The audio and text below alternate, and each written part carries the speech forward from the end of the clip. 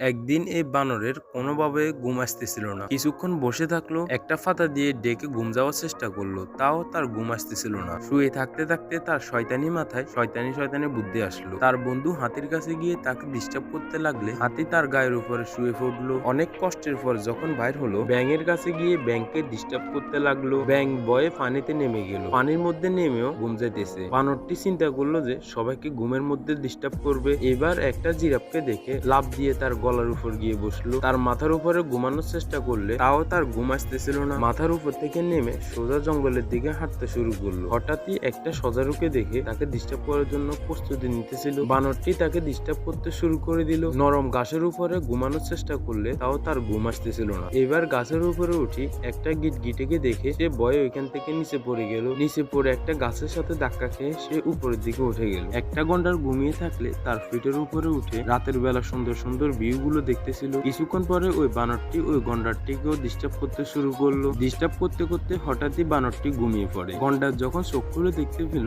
বানর তার সামনে দাঁড়িয়ে আছে, গন্ডারটি তার শিং দিয়ে একটা গুঁতা দিলে বানরটিকে একদম তার বাসায় গিয়ে ফালালো। নিচে পড়ে বানরটি তাও ঘুম যাইতেছিল। পরের দিন সকালবেলা সবগুলা পশু পাখি উঠে গেলেও বানরটি সারা রাত না ঘুম যাওয়ার কারণে সে এখনো ঘুম যাইতেছে।